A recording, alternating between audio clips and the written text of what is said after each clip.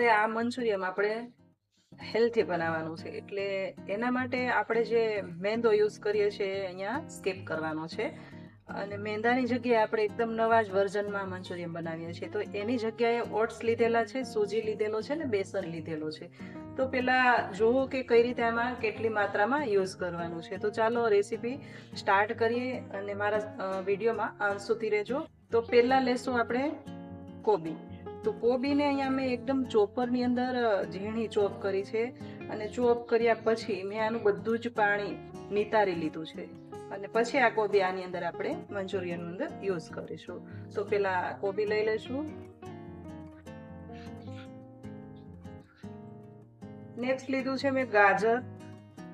તો ગાજરને પણ મેં એકદમ ચોપરની અંદર ચોપ કરેલું છે, જેટલું જોઈએ એટલું બારીક કરવાનું છે, કારણ કે આની અંદર આપણે ઓટ્સ, સૂજી અને બેસન એડ કરીએ છીએ, મેંદો બિલકુલ એડ કરતા નથી. તો બાઇન્ડિંગ માટે જો મોટું મોટું કટિંગ કરેલું હશે તો બાઇન્ડિંગ નહીં થાય, અને બોલ્સ જ્યારે તમે તળો ત્યારે તૂટી શકે.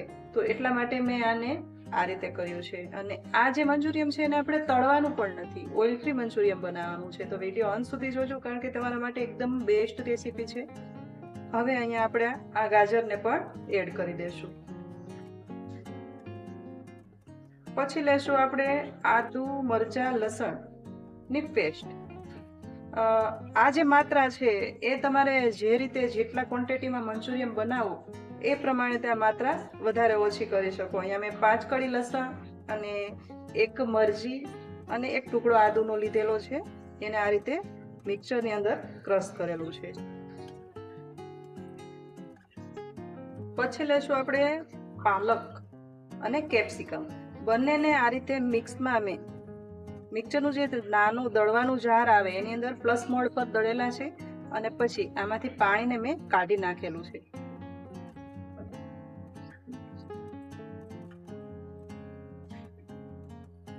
નેક્સ્ટ આપણે આ રીતે થોડા એવા કેપ્સિકમ અંદર આમાં એડ થયા જ છે, એટલે બહુ જરૂર નથી, થોડા એડ કરી દઈએ.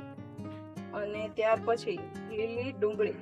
તો અહીંયા આ રીતે લીલી ડુંગળી પણ લીધેલી છે, એના જે પાન આવે છે એ જ લીધેલા છે, કારણ કે આ જે મંચુરિયમ છે એને આપણે ગ્રીન બનાવવાનું છે, એટલા માટે આ રીતે ગ્રીન મસાલો આપણે વધારે એડ કરીએ છીએ. અને ત્યાર પછી અહીંયા લીધા છે ઓટ્સ. તો ઓટ્સ કેટલા એડ કરવાના છે? તો આટલી ક્વોન્ટિટીમાં આપણે 2 ચમચી ઓટ્સ એડ કરી દઈશું, કારણ કે આ તો માત્ર બાઇન્ડિંગ માટે છે, અને બેસન એડ કરવો જરૂરી છે. જો બેસન એડ નહીં થાય તો આ જે બોલ્સ બનશે તમે તળો તો તૂટી શકે. મારે અહીંયા તળવાના નથી, તળ્યા વગર જ હું બનાવવાની છું આ મંચુરિયન, એટલા માટે બેસન ઓછો એડ કરું તો ચાલે. 1 ચમચી આપણે રવો એડ કરી દઈશું, 1 થી 1.5 ચમચી, અને ત્યાર પછી 2 ચમચી આપણે બેસન એડ કરી દઈશું. હવે આ જે મંચુરિયમ છે એમાં આપણે આ મંચુરિયનની અંદર મેંદો સ્કીપ કરીએ છીએ, મેંદા વગર જ આ મંચુરિયમ બનાવીએ છીએ. ત્યાર પછી આમાં સ્વાદ પ્રમાણે આપણે મીઠું એડ કરી દઈશું,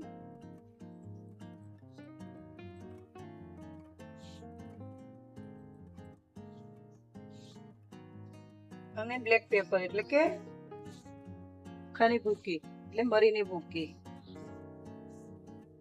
પછી આ બધું જ આપણે મિક્સ કરી લઈશું. મિક્સ કરી અને આના એકદમ નાની સાઈઝના બોલ બનાવી લઈશું.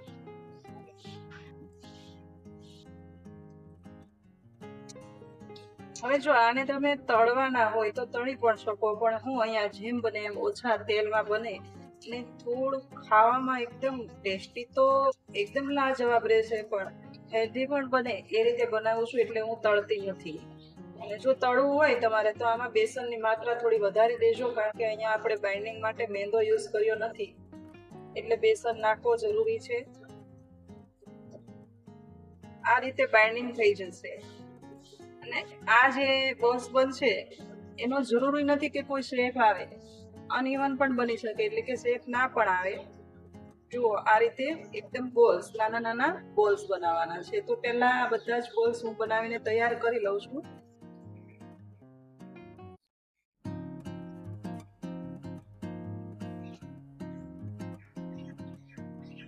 તો એકદમ નાની સાઈઝના આ રીતે આપણે ગોલ ગોલ બોલ બનાવી લેવું.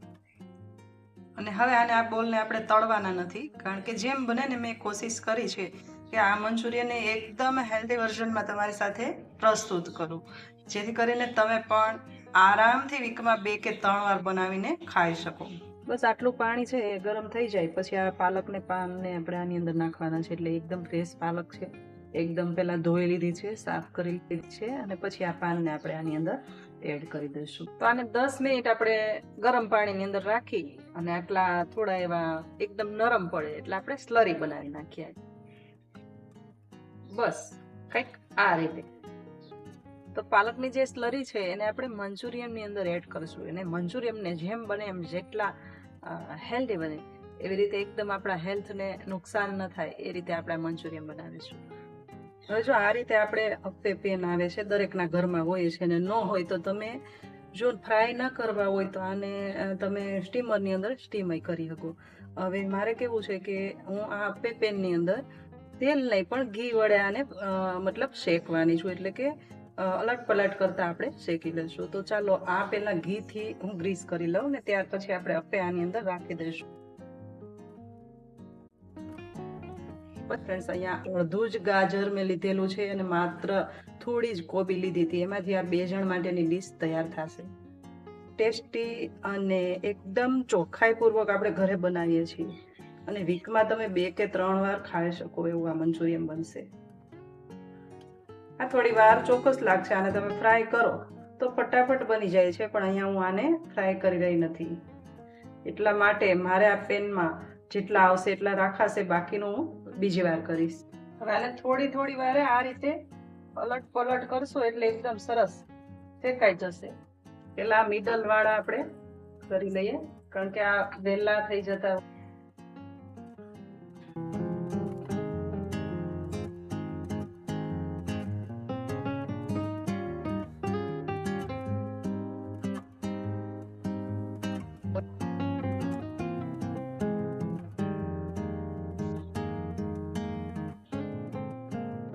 તો આ 2 ચમચી અહીંયા કોર્નફ્લોર,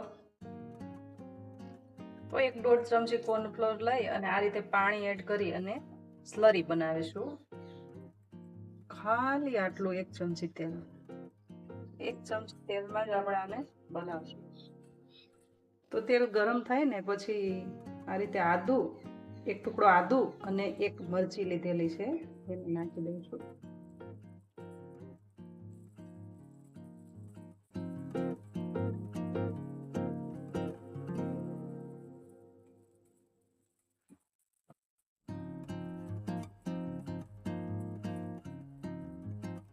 પછી આ રીતે લીલી ડુંગળી લીધેલી છે,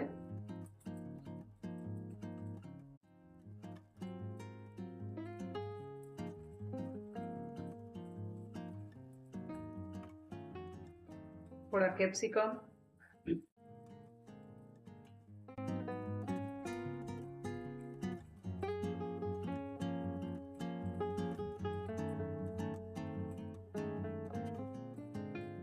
આને આપણે શેકવાના નથી, ક્રન્ચી જ રહેવા દેશું. હવે આ જે સ્લરી બનાવી આપણે પાલકની એ આમાં એડ કરી દઈશું.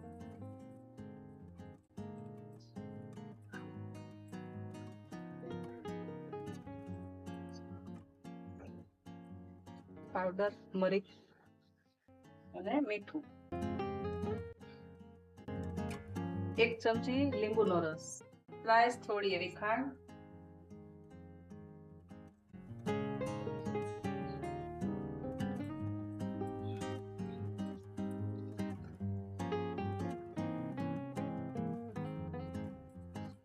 જે આપણે કોર્નફ્લોરની સ્લરી બનાવી એ સ્લરી આની અંદર આપણે નાખી દઈશું.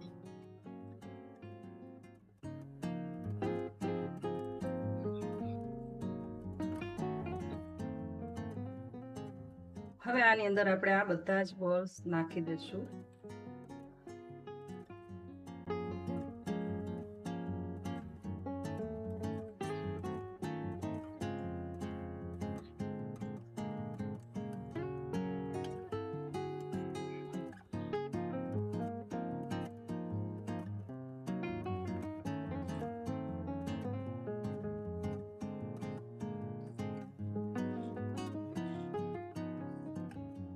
છે ને એકદમ લાજવાબ. એટલે કે નથી તો આપણે એટલું તેલ લીધું, નથી મેંદાનો ઉપયોગ કર્યો કે નથી કોઈ સોસનો ઉપયોગ કર્યો, અને એકદમ હેલ્ધી. ફ્રેન્ડ્સ, તો આ નવા વર્ઝનની ટ્રાય કરજો, એકદમ લાજવાબ છે અને ખાવામાં ગમે એટલું ખાય, કોઈ એ થોટ નથી રહેવાનો કે બોડી ખરાબ થશે, કારણ કે એકદમ હેલ્ધી છે અને એકદમ ટેસ્ટમાં લાજવાબ છે. ચોક્કસથી ટ્રાય કરજો. તો ચાલો મળીએ પાછા એક નવી રેસીપીમાં. ત્યાં સુધી આવજો. Thank you for watching.